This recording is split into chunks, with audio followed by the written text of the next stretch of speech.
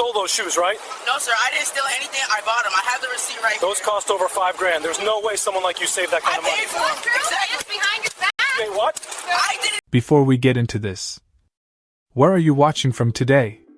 Drop your city or country in the comments. I always love seeing how far these stories reach. And if you believe nobody should be accused of a crime just because of how they look, go ahead and like this video and subscribe.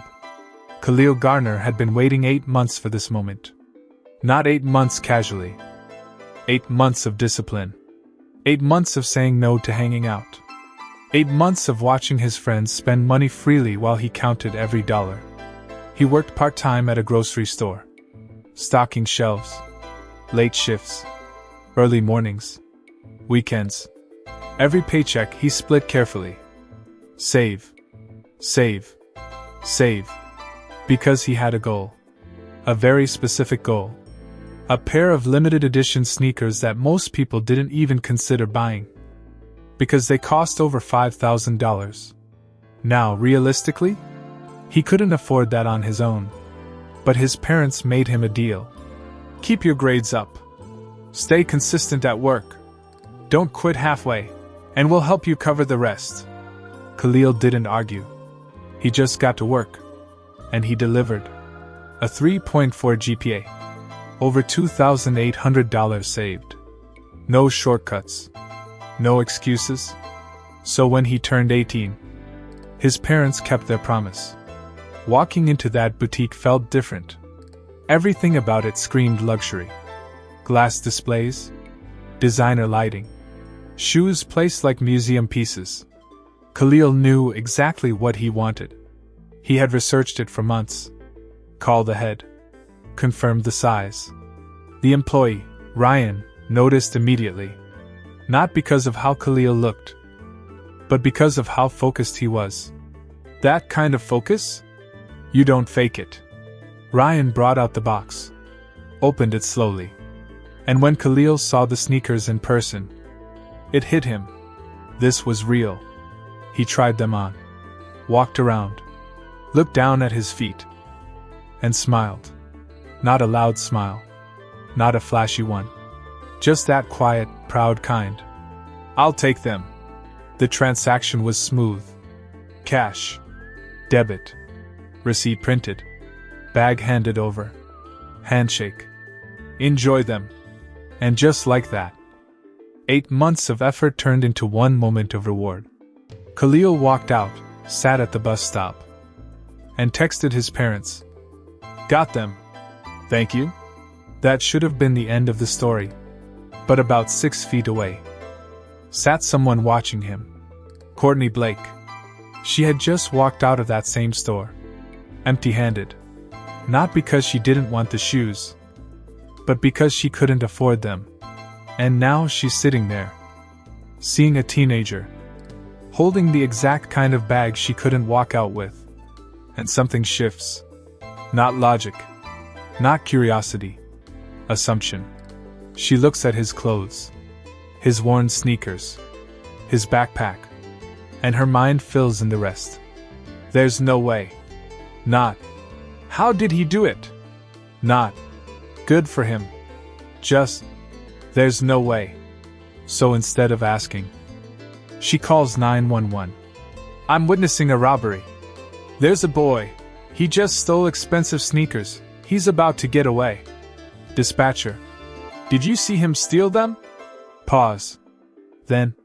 I know he stole them. Just send someone. And that moment, that one decision, sets everything in motion. 5 minutes later. Sirens. Officer Sean Pierce steps out of his car. Already convinced. Already decided. He walks up. Aggressive. Loud. Where did you get those sneakers? Khalil is confused. I bought them. Pierce doesn't even hesitate. That's a lie. Khalil tries again. I have the receipt. I said that's a lie. And then, Courtney speaks up. Loud enough for everyone to hear. Those cost thousands. There's no way he could afford them. And just like that, assumption becomes confirmation.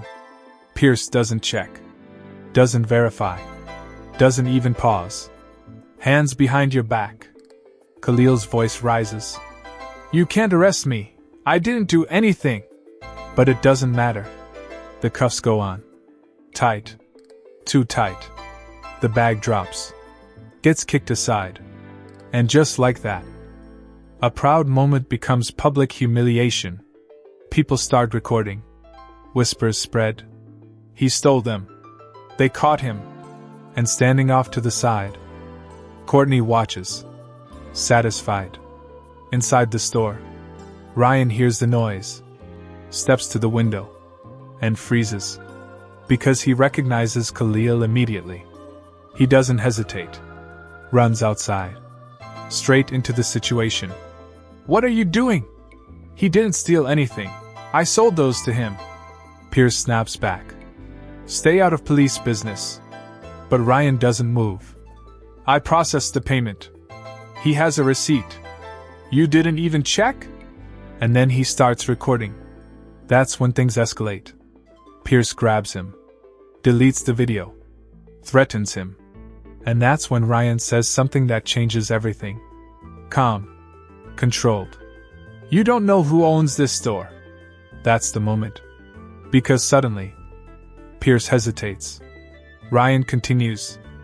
My boss is going to see everything. The cameras caught all of this. Now Pierce is looking around. Phones recording. Crowd watching. Reality setting in. He made a mistake. A big one. He unlocks the cuffs. No apology. Just misunderstanding. And he leaves. Fast. But it's already too late. The damage is done. Khalil sits back down. Same bench. Same spot. But everything feels different. The excitement is gone. Replaced by something heavier. Ryan steps in. This isn't over. And he means it. Because within hours, footage is reviewed. Lawyers are contacted. And a case is built. Not just about one moment, but about a pattern. The evidence is undeniable. The footage. The call. The behavior. Everything. And the consequences? They come fast. The officer. Terminated. Career over. The woman. Charged. And eventually forced to pay $220,000. But here's the thing. It wasn't just about the money. It was about accountability. Because for Khalil, this wasn't just an inconvenience. It was humiliation. It was fear. It was being treated like a criminal. For doing everything right. And years later, that moment still mattered. Not because of what happened, but because of what changed after. Policies, training, awareness. All because one person spoke up. And one teenager refused to be silent. Let me ask you something. If Ryan hadn't walked out of that store, what do you think would have happened? Would Khalil have been taken to jail? Charged? Forgotten? Drop your thoughts in the comments. And if this story made you feel something, share it. Because stories like this, they shouldn't be rare. They should be reminders.